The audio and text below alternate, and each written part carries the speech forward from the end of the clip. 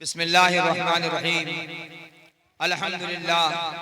अल्हम्दुलिल्लाह वकफ़ा वस्सलातु वस्सलामु अला सय्यिदिल हबीबिल मुस्तफ़ा व अला आलिहि व अस्हाबिहि नुजूमिल हुदा व क़ादतित तुक़ा। रब्बि इश्रह ली सदरी व यस्सिर ली अमरी वहलुल उक़दतम मिन लिसानी यफ़क़हू क़ौली। अल्लाहुम्मा इन्ना नस्तईनुका अला ताअतिक, अल्लाहुम्मा इन्ना नस्तईनुका अला ताअतिक, अल्लाहुम्मा इन्ना नस्तईनुका अला ताअतिक। अम्मा बाद, क़ाल अल्लाहु तबारक व तआला अऊज़ु बिल्लाहि मिनश शैतानिर रजीम, बिस्मिल्लाहिर रहमानिर रहीम। क़ुल इन कुन्तुम तुहिब्बूनल्लाह फत्तबिऊनी युहब्बिबकुमुल्लाहु व यग़फिर लकुम ज़ुनूबकुम वल्लाहु गफ़ूरुर रहीम। वक़ाल अल्लाहु तबारक व तआला फ़ी मक़ामि आख़र लक़द कान लकुम फ़ी रसूलिल्लाहि उस्वतुन हसनह। वक़ाल अन्नबी सल्लल्लाहु अलैहि वसल्लम मन अहब्ब सुन्नती फ़क़द अहब्बनी व मन अहब्बनी फ़कान मई फ़िल जन्नह। वक़ाल अन्नबी सल्लल्लाहु अलैहि वसल्लम अल मरउ मअ मन अहब्बा औ कमा क़ाल अलैहि सलातु वस्सलाम। खिलाफ़े पैगंबर कसे रह गुज़ीर कि हरगिज़ बमंजिल न ख़्वाहद रसीद। नक्शे कदम नबी के हैं जन्नत के रास्ते, अल्लाह से मिलाते हैं सुन्नत के रास्ते। सब लोग एक मर्तबा दुरूद शरीफ पढ़ लीजिए। अल्लाहुम्मा सल्लि अला मुहम्मद व अला आलिहि व सहबिहि व बारिक व सल्लिम। दूसरी दरख्वास्त ये है कि जो लोग दूर दूर बैठे हुए हैं करीब आ जाएं। जो मुंतशिर हज़रात बैठे हुए हैं उनसे दरख्वास्त है कि करीब आ जाइए। प्यारे भाइयों बुजुर्गों और दोस्तों, अल्लाह रब्बुल आलमीन ने कुरान पाक में एक मौके पर इरशाद फरमाया है कि हमने तुम्हारे ऊपर इतनी नेमतें निछावर की हैं कि अगर तुम उन्हें शुमार करना चाहो तो तुम शुमार नहीं कर सकते। एक आलिम ने इस आयत करीमा की तफसीर में ये बात बयान फरमाई कि पूरी कायनात में बसने वाले इंसान, इसमें ईमान और गैर ईमान की कोई कैद नहीं है। पूरी कायनात में बसने वाले इंसान अगर वो सब के सब मिल करके को शुमार करना चाहें तो अल्लाह ताला की नेमतों को शुमार नहीं कर सकते।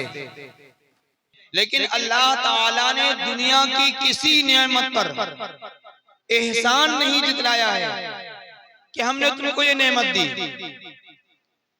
सिर्फ पूरी दुनिया के अंदर अगर कोई नेमत है जिस पर अल्लाह ने एहसान जितलाया है तो वो सिर्फ एक नेमत है,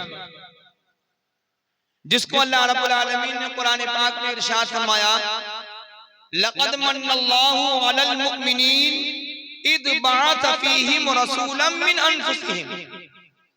यकीनन अल्लाह ने एहसान फरमाया ईमान वालों पर कि उन्हीं में से अल्लाह ने एक पैगंबर भेजा है उनके दरमियान।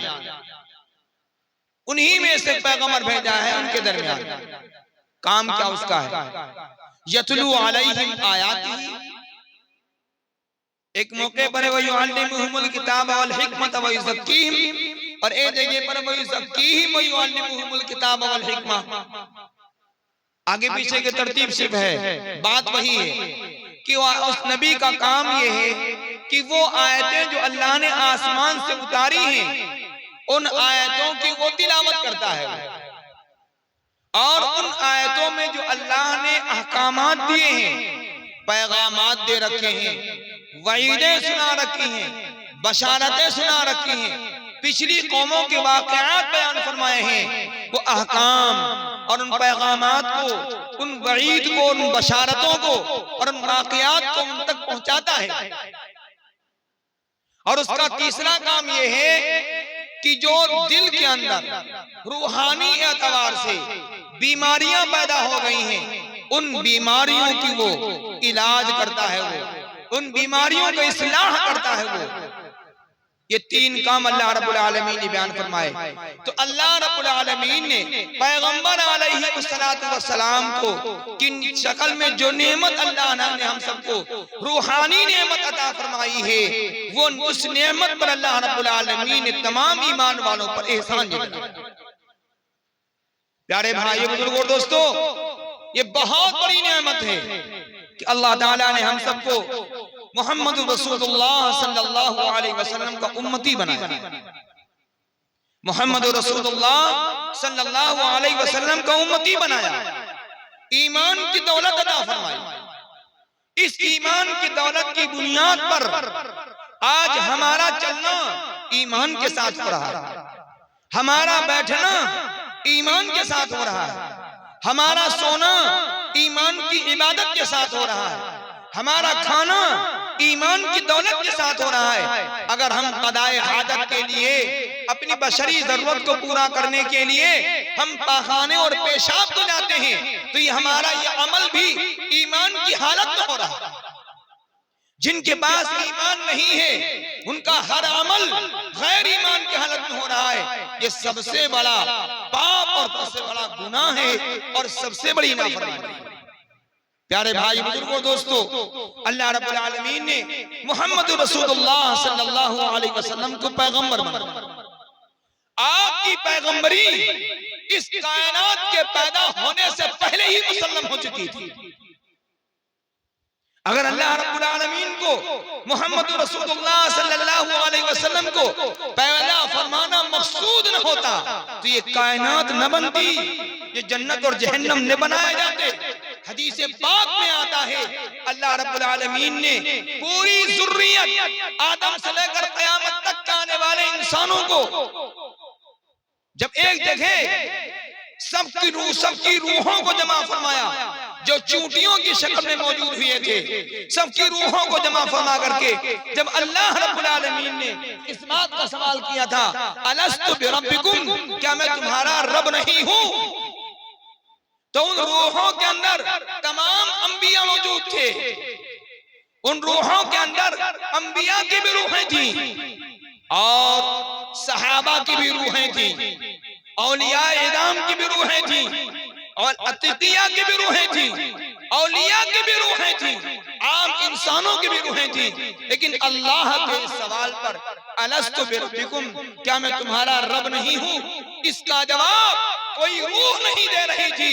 अगर उस मजमे के अंदर, उस जलसे के अंदर रब की रुबूबियत का ऐलान का सबक अगर किसी जात ने दिया है तो वो जात है मोहम्मद रसूलुल्लाह सल्लल्लाहु अलैहि वसल्लम की। उस भरे मजमे में सबसे पहले जो अलस्तु बिरब्बिकुम का जवाब जिस जात ने दिया है वो कौन है? वो मोहम्मद रसूलुल्लाह सल्लल्लाहु अलैहि वसल्लम है। कालू बला शहीदना। जब अल्लाह के रसूल सल्लल्लाहु अलैहि वसल्लम ने कहा आप हमारे रब हैं, तो सारी रूहों ने कहा शहीदना। कालू बला शहीदना, कालू बला, हम सब गवाही देते हैं कि आप हमारे रब।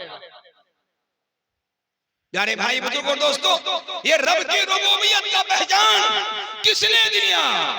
वो कौन जात थी जिसने दी है?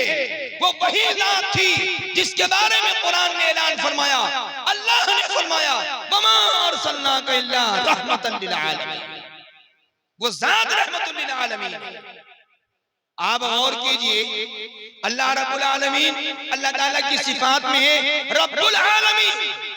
जहां पर जिस जात पर अल्लाह की रुबूबियत साबित होती है, वहां रसूलुल्लाह सल्लल्लाहु अलैहि वसल्लम की रहमत साबित होती है। अल्लाह रब्बुल आलमीन है, मुहम्मद रसूलुल्लाह सल्लल्लाहु अलैहि वसल्लम रहमतुल लिल आलमीन। प्यारे भाइयों, बुजुर्गों और दोस्तों, अल्लाह रब्बुल आलमीन ने हम सबको पैगंबर अलैहिस्सलातु वस्सलाम की शक्ल में जो नेमत अता फरमाई है, मेरे भाई, ये बहुत बड़ी नेमत है, बहुत बड़ी नेमत है। अल्लाह आंख ले ले, अल्लाह पूरे जिस्म को ले ले, लेकिन ये नेमत दे दे तो तो सारी नेमतें मौजूद हैं, क्योंकि नबी के सदक़े में हर शख्स को दुनिया से जाना है, लेकिन नबी के सदक़े में जन्नत मिलेगी जो हमेशा की जिंदगी राहत की। प्यारे भाई बुजुर्गों दोस्तों, अल्लाह रब्बुल आलमीन ने नेमत अता फरमाई है, लेकिन इस नेमत का हक क्या है? मुफ्ती साहब तशरीफ ले आए हैं और टाइम ही 12 बज रहा है, शायद 11 साढ़े 11 बज रहा है। बस हम मुख्तसर तौर पर मैं आपको चंद बातों की तो तवज्जो दिला दूंगा, उसके बाद मुफ्ती साहब का बयान होगा। मेरे प्यारे भाई बुजुर्गों दोस्तों, हर ईमान वाला चाहता है कि अल्लाह हमको अपना महबूब बना ले। हर ईमान वाला चाहता है।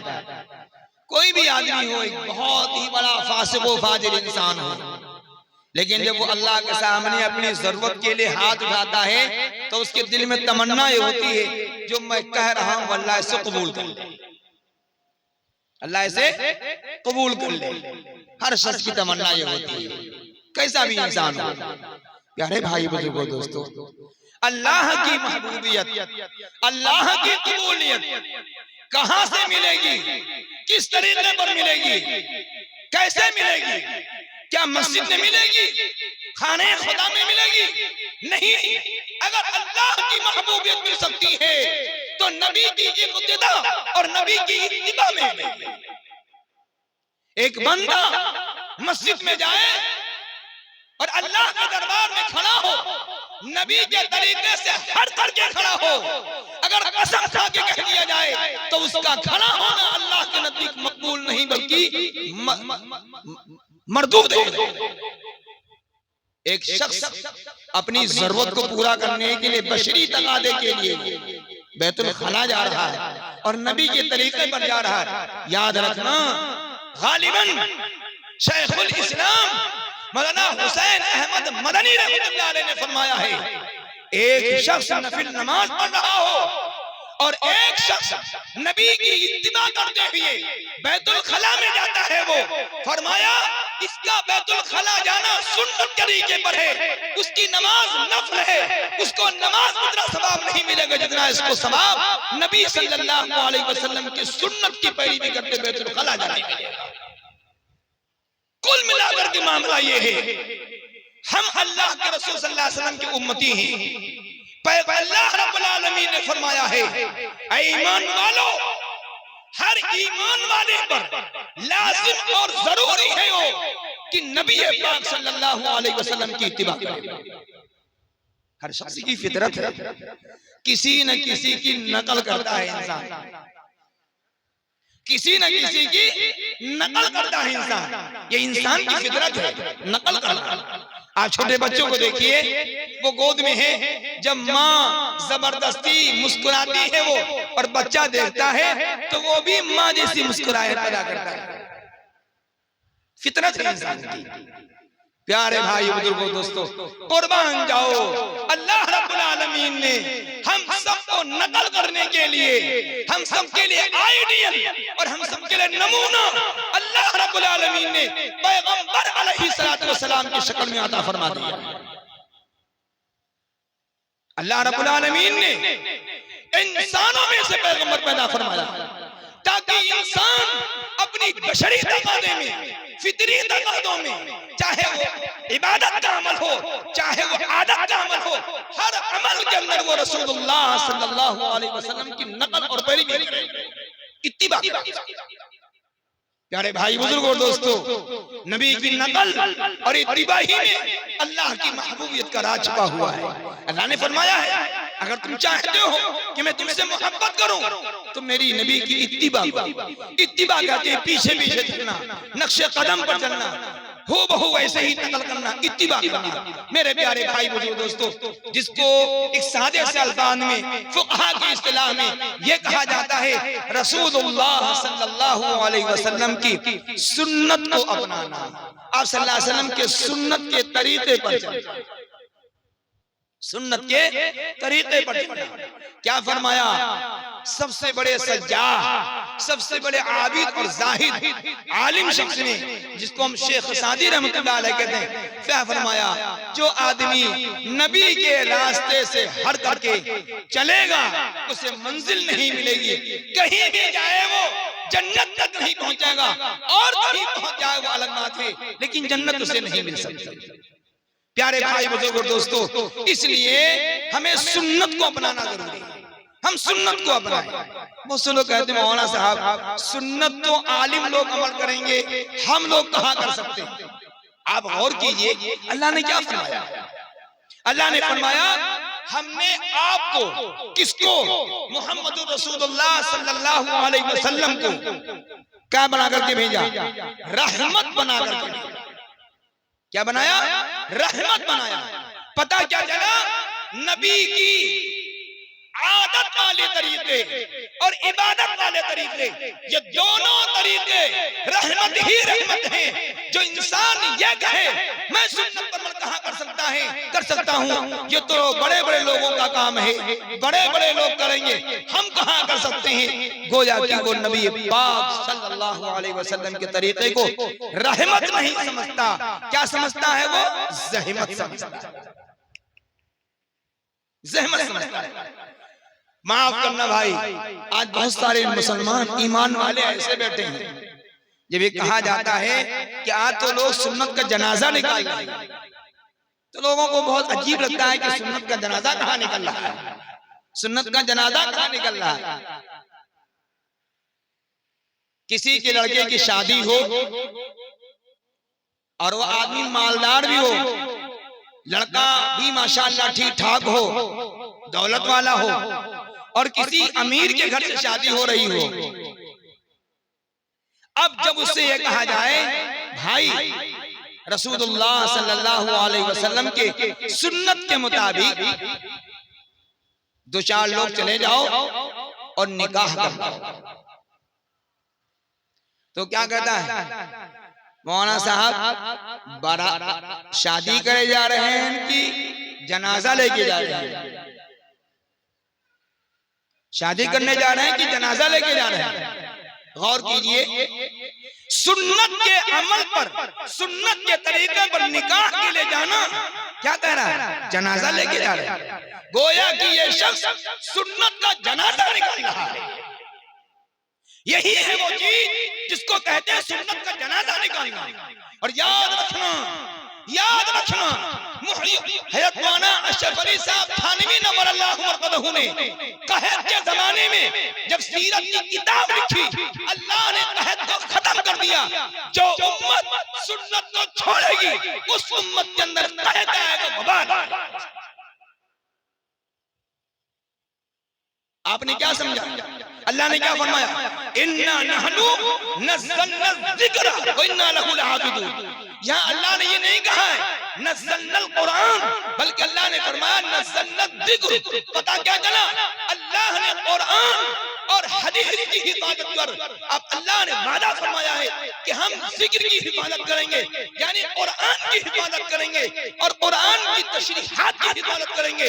और कुरान की तशरीह के अंदर सबसे पहला नंबर है हदीस पाक का, और हदीस के अंदर रसूलुल्लाह सल्लल्लाहु अलैहि वसल्लम के कौल, फेल, अमल को कहते हैं।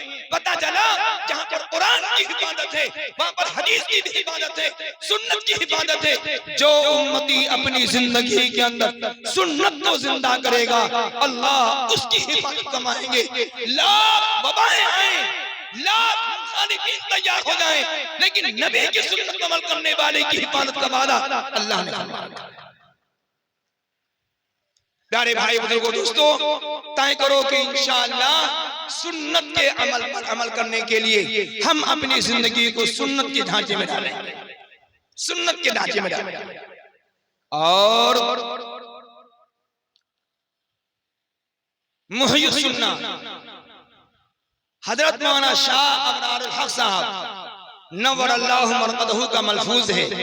आज लोग कहते हैं सुन्नत का अमल बहुत मुश्किल है। आपने फरमाया सुन्नत का अमल जो है ना असहल है, सबसे आसान अगर कोई तरीका है तो कौन है वो? रसूलुल्लाह सल्लल्लाहु अलैहि वसल्लम की सुन्नतें असहल है। और फरमाया सबसे अजमल है, सबसे अच्छा हुस्न जमाल वाला तरीका अगर कोई है तो वो रसूलुल्लाह सल्लल्लाहु अलैहि वसल्लम की सुन्नत है। और सबसे अकमल है, कोई भी अमल उस वक्त तक पाए तकमील तक नहीं पहुंच सकता जब तक कि उसको सुन्नत के ढांचे पर न डाले। और याद रखना, हर वो अमल जिस पर सुन्नत की मुहर लग जाती है अल्लाह उसे कबूल कर लेता है। जैसे कि नोट पर गवर्नर की मुहर न हो, कागज कितना ही अच्छा हो और असली नोट के बराबर बना दिया जाए, अगर गवर्नर की मुहर नहीं तो वो नोट बैंक में कबूल नहीं किया जाएगा, नकली कहा जाएगा। मेरे मुसलमान भाइयों, याद रखना, जिस अमल पर सुन्नत की मुहर लग जाएगी वो अमल अल्लाह कबूल फरमा देगा, फिर वो मरदूद नहीं हो सकता। जो दुआ सुन्नत के ढांचे में डाल दी जाएगी, सुन्नत के तरीके पर मांगी जाएगी, अल्लाह उस दुआ को जरूर कबूल फरमाएगा। क्यों? अल्लाह जब नबी से मोहब्बत करता है तो नबी के दीवानों से मोहब्बत करता है, नबी की नकल करने वालों की मोहब्बत करता है। प्यारे नबी सल्लल्लाहु अलैहि वसल्लम की सुन्नत, तमाम नबियों की सुन्नत, चेहरे पर दाढ़ी, फिर फरमाया कि चेहरे पर दाढ़ी हो और दाढ़ी के बाल सफेद हो जाए तो उन बालों को चुना न जाए, उन बालों में रहमत के फरिश्ते झूला झूलते हैं। एक बूढ़े थे, फासिक व फाजिर थे, लेकिन उन्होंने सुन रखा था कि अल्लाह ताला सफेद दाढ़ी वालों पर रहम फरमाए। तो जब उनका इंतकाल होने लगा तो उन्होंने अपने लड़कों से कहा, बेटा जब मेरा जनाजा तैयार करना तो मेरी दाढ़ी को चूने से सफेद कर देना, दाढ़ी को चूने से सफेद कर देना। बाप की वसीयत थी, बेटों ने उस पर अमल किया। एक अल्लाह वाले ने ख्वाब में देखा कि क्या गुजरी। जब अल्लाह के दरबार में हाजिर हुए तो अल्लाह ने कहा, ए बंदे, जिंदगी भर तो धोखा दिया ही, और जब मरने लगा और मेरे दरबार में हाजिरी होने लगी तब भी तो धोखा दे करके आया है। तो उस बंदे ने कहा, परवरदिगार आलम, मैंने सुन रखा था कि आप सफेद दाढ़ी वालों पर रहम फरमाते हैं, तो मैंने भी अपनी दाढ़ी सफेद नहीं थी लेकिन मैंने उसको सफेद करवा ली ताकि आप मेरी सफेद दाढ़ी पर रहम फरमा लें। अल्लाह रब्बुल आलमीन ने कहा, फरिश्तों ले जाओ इसको जन्नत में, क्योंकि इसने मेरे सफेद दाढ़ी वाले बंदों की नकल की। मुसलमानों गौर करो, जब एक सफेद दाढ़ी वाले की नकल के अंदर उस इंसान ने अपनी दाढ़ी को सफेद किया, खालिक के कायनात ने सफेद दाढ़ी की नकल उतारने पर रहम करम फरमाया है। खुदाए पाक की कसम, जो मुसलमान नबी की नकल करेगा अल्लाह की 100 बार रहमत उस पर नाज़िल होगी, अल्लाह उसकी बख्शिश करेगा। आओ मुसलमानों, बहुत आसान तरीका, बहुत आसान है, कोई मुश्किल नहीं। हजरत मुझे सुन्ना नमर फरमाया करते थे, सारी सुन्नतों में सारी सुन्नतें सुन्नत हैं, लेकिन तुम चाहो कि हम सब ये दम्मे से अमल करे लागी न हो पाए। आपने फरमाया एक सुन्नत पर अमल करना शुरू करो, और वो भी वो सुन्नत जिस पर किसी को एतराज, किसी का इख्तिलाफ और किसी का कोई मुनाज़ाना हो, उस सुन्नत पर अमल करने लगो। एक सुन्नत पर अमल करोगे ना तो जो जिंदगी बिदअत की गुमराही और तारीकी में चल रही है, अगर उस बिदअत वाली तारीक जिंदगी के अंदर जब तुम एक सुन्नत की मोमबत्ती जला दोगे तो जहां तक इसकी रोशनी पहुंचेगी वहां तक बिदअत की तारीकी छट छट।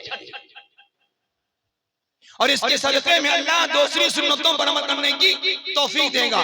दो जल जाएंगी, दूसरी रोशनी से और तारीकी छट जाएगी, फिर तीसरी की तौफीक हो जाएगी, फिर चौथी की तौफीक हो जाएगी। ऐसे ही एक एक सुन्नतें जिंदगी में आती रहेंगी। एक दिन तुम हकीकत में अहले सुन्नत बन जाओगे, अहले सुन्नत बन जाओगे। आओ मेरे प्यारे भाइयों, बुजुर्गों और दोस्तों, मैं आपको बहुत दूर नहीं ले जा रहा हूँ। वो चीजें जो अपनी जिंदगी में कर रहे हैं उन्हीं को सुन्नत के ढांचे में डाल दें, थोड़ी सी तरतीब बदल दें, बस कर तो हम सब कुछ रहे। खाना खा रहे हैं कि नहीं खा रहे? अरे खाते हैं कि नहीं खाते? पानी पीते कि नहीं पीते? जरूरत के लिए पाखाना पेशाब जाते कि नहीं जाते? कपड़ा पहनते कि नहीं पहनते? घर में आना जाना होता कि नहीं होता? अरे मस्जिद में आना जाना तो हम कह सकते हैं कि हफ्ता हफ्ता होगा कि दिन भर में एक मरतबा होता, लेकिन कोई आदमी अपने घर में भी नहीं जाता है क्या? घर में आ जाना होता कि नहीं होता? आओ, रसूलुल्लाह सल्लल्लाहु अलैहि वसल्लम की तीन सहल सुन्नतें उनको हम सुन लें और सुनने के बाद पर अमल करना शुरू कर दें, इंशाअल्लाह इन तीन सहल और आसान सुन्नतों पर अमल करने की वजह से और दूसरी सुन्नतों पर हमें अमल करना आसान हो जाएगा। उनमें से नंबर 1 सुन्नत क्या है? सलाम को रिवाज, सलाम में सबकत, सलाम में सबकत, सबसे पहले सलाम में सबकत। अब देखिए सलाम में क्या होता है? आमतौर से बहुत से लोग हैं, नाराज ना हो, अहले इल्म हजरात तवज्जो नहीं देते। सलाम अलैकुम, नमाज में सलाम फेरेंगे तो कहेंगे सलाम अलैकुम रहमतुल्लाह, सलाम अलैकुम रहमतुल्लाह। एक साहब मुहय्यिसुन्नाह नव्वरल्लाह मरकज़ की खिदमत में हाजिर हुए और सलाम किया, हमजा जाहिर नहीं किया, आपने क्या कहा? दोबारा कही। फिर आदत पड़ी थी उनकी सलाम अलैकुम कहने की, सलाम अलैकुम कहने की। आपने टोका उन्हें और इस्लाह फरमाई, कहो अस्सलामु अलैकुम। क्या कहो? अस्सलामु अलैकुम। और मेरे प्यारे भाई बहन, आज तो सब लोग खाली अस्सलामु अलैकुम कहते हैं, अस्सलामु अलैकुम कहते हैं। मेराज में मदनी आका सल्लल्लाहु अलैहि वसल्लम की जब मुलाकात अल्लाह से हुई तो अल्लाह ताला ने पैगंबर अलैहि सलातु वस्सलाम से कैसे सलाम किया था, जरा वो सलाम सुन लो। फिर सुनने के बाद उसी के मुताबिक हम लोग भी सलाम करने लगे। बताओ अल्लाह मियां ने मोहम्मद रसूलुल्लाह सल्लल्लाहु अलैहि वसल्लम से मेराज में सलाम कैसे किया था? किसी को मालूम है? अरे किसी को मालूम है? सबका मालूम है, सब कोई कहा तो, लेकिन तवज्जो नहीं की। बताओ नमाज पढ़ते कि नहीं पढ़ते? अल्हम्दुलिल्लाह। नमाज में तशहुद पढ़ते कि नहीं पढ़ते? अल्हम्दुलिल्लाह पढ़ते हैं। तशहुद में क्या पढ़ते हो? अस्सलामु अलैका अय्युहन नबिय्यु, आगे व रहमतुल्लाहि, आगे व बरकातुहू। अल्लाह ने पैगंबर अलैहिस्सलातु वस्सलाम से क्या कहा? अस्सलामु अलैका अय्युहन नबिय्यु व रहमतुल्लाहि व बरकातुहू। अल्लाह ने सिखाया है कि पैगंबर तुमको उम्मत से ऐसे सलाम करना है और उम्मत को ये सलाम सिखलाना है। पता चला जब हम सलाम करें तो क्या कहें? अस्सलामु अलैकुम व रहमतुल्लाहि व बरकातुहू। ये पूरा सलाम। हर बड़ा छोटे से सलाम। लोग समझते हैं छोटा हमसे करे, हम कहें बड़े से करें। नहीं, छोटे बड़ा छोटे से सलाम। इस बड़ा जब छोटे सलाम करता है तो उसके किब्र का इलाज होता है। शौहर बीवी से सलाम करे, बीवी तो शौहर सलाम करती ही है, शौहर बीवी से सलाम नहीं करता। आइए हदीस पाक में रसूलुल्लाह सल्लल्लाहु अलैहि वसल्लम का उस्वा, आपका तरीका क्या रहा है? आप सल्लल्लाहु अलैहि वसल्लम जब घर में तशरीफ ले जाते, अम्मी जान आयशा रज़ियल्लाहु तआला अन्हा फरमाती हैं, आप सल्लल्लाहु अलैहि वसल्लम तशरीफ लाते थे, सलाम करते थे और आपका सलाम इस अंदाज से होता था कि अगर मैं जग रही होती थी तो मैं सुन लेती थी और अगर सो रही होती थी तो आपके सलाम से हमारी नींद नहीं खुलती थी। ये आका सल्लल्लाहु अलैहि वसल्लम ने मुआशरा सिखलाई है। आज क्या है, हम देर से घर पहुंचते हैं, घर पहुंचने के बाद या तो मोबाइल की टोन बजाते ही रहेंगे जब तक जगे ना, या तो कुंडी बजाते रहेंगे या घंटी पीटते रहेंगे, देर से जाएंगे। मेरे प्यारे भाई बुजुर्गों दोस्तों, ज्यादा ताखीर से घर जाना ममनू है। आप वक्त से घर जाइए और जा रहे हो तो कुंडी बजाना और ये सारा निजाम आदाब के लिहाज से कीजिए कि सोने वालों को तकलीफ न पहुंचे, पड़ोसियों को तकलीफ न पहुंचे। तो सलाम हमें इस अंदाज से करना करेंगे इंशाअल्लाह। आज तो हमारे लोग, शहर के लोग फैशन समझते हैं, कुछ लोग तो कहे लागे हैं खुदा हाफिज। क्या कहते हैं? खुदा हाफिज, और बहुत मगन है के अंदर। और कुछ लोग हैं जो अपने बच्चों को सिलाते हैं टाटा ना जाओ टाटा। गौर कीजिए, जब बाप अपने बेटे को अस्सलामु अलैकुम कहेगा तो बाप अपने बेटे को सलामती की दुआ दे रहा है, और पलट के बच्चा मासूम बच्चा जब बाप को जवाब देगा तो ये मासूम बच्चे की सलामती की दुआ बाप के हक में अल्लाह कबूल, सलाम शुरू फितन से महफूज रहेंगे, हादिसात से महफूज रहेंगे। अल्लाह रब्बुल आलमीन हम सबको इस सुन्नत पर अमल करने की तौफीक नसीब फरमावे।